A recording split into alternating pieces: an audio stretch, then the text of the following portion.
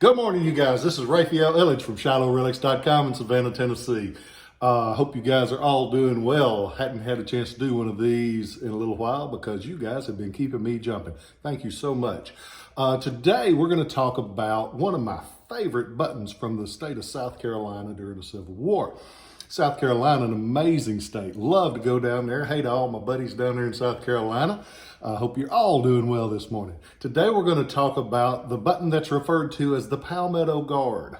And it's a button that has had that name for a gajillion years.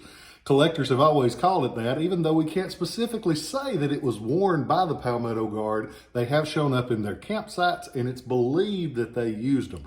And they're distinctive. They're different than any other button that you'll see because they are such a neat button. Collectors have always loved them. Now, the Palmetto Guard. They started off the war as the 17th South Carolina Militia. Served as that until 1862. 1862, most of the soldiers in the Palmetto Guard joined General Kershaw's brigade. It has most of them in Company I, the 2nd South Carolina Infantry. That's important because that helps us locate where these buttons have come from. If you follow the movements of that regiment, you can find out that they come from those camps. So they're attributed to them. They're very distinctive because look at this. That is a Palmetto Guard button. I always wanted one. When I first got started, I was like, man, someday I'm going to have me one of those. Right now, I got two. And you can go to ShilohRelics.com and you can look at them.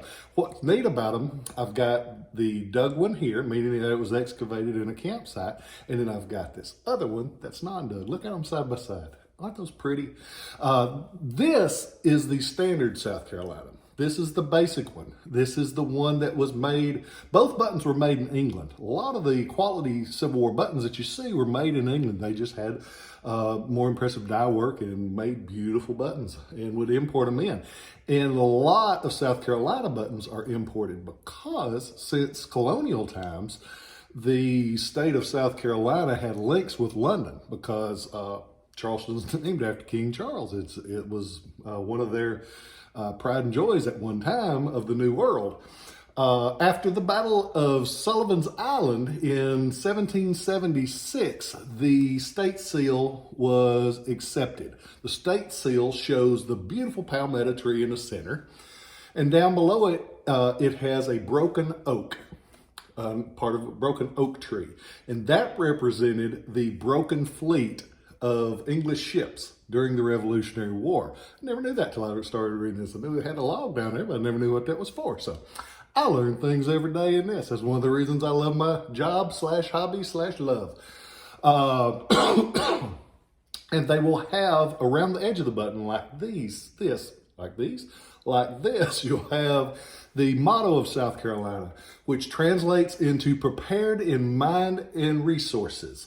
I'm going to try to say this. We didn't learn a lot of Latin in Lawrence County. We learned a lot of things in Lawrence County public schools, but I did not learn a lot of Latin. Animus opibusque parati. Yep, I made it through it. I don't give up. But it means prepared in mind and resources. And most of your South Carolina buttons will have that motto around it. Not all of them, but most of them. Both of these have them. This one is one that was made late in the war. It's marked Van Morton's son on the back of it. Van Morton was in England, produced their name on buttons. They probably did not make these buttons, but they retailed them. A lot of these ended up getting caught in the blockade. They auctioned these off by the pound in New York City prize courts. If there was a ship coming in bringing pieces from England, a guy caught it, he would turn it in and they would auction it off and the boat and the contents off at what they called prize courts. So these buttons were sold by the pound. You can imagine how many buttons it takes to make a pound, but they auctioned them off. A lot of them were in New York City and other places. Which is why this button shows up most of the time in non-excavated condition, meaning it's just been handed down through the years. It was not ever lost and found in the ground. The Palmetto Guards are a different story. The early button I show you here, the The Van Mort button that I show you here, you can usually get for under $100. Different story with the Palmetto guards because they're a lot more scarce, a lot more desirable because they weren't sold by the pound. They are sold individually. These buttons, the Palmetto guards, can run in the thousands. They're beautiful buttons though. They've got the Palmetto tree, and if you notice this Van Mort, it has SC, South Carolina. On the Palmetto guard, check this out, CS, Confederate States. So when you look at it, you automatically know, man, that's one of the Civil War ones from the Confederacy. Check them out side by side. And as with the buttons, I have to use a lot of these images because you can't see these.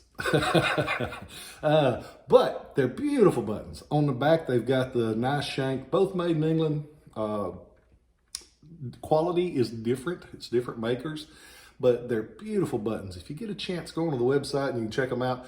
I get a lot of English-made Confederate buttons just because they are such a beautifully crafted, on average, they're beautifully crafted compared to the Southern-made buttons. So go on there, check it out. I hope you guys are well.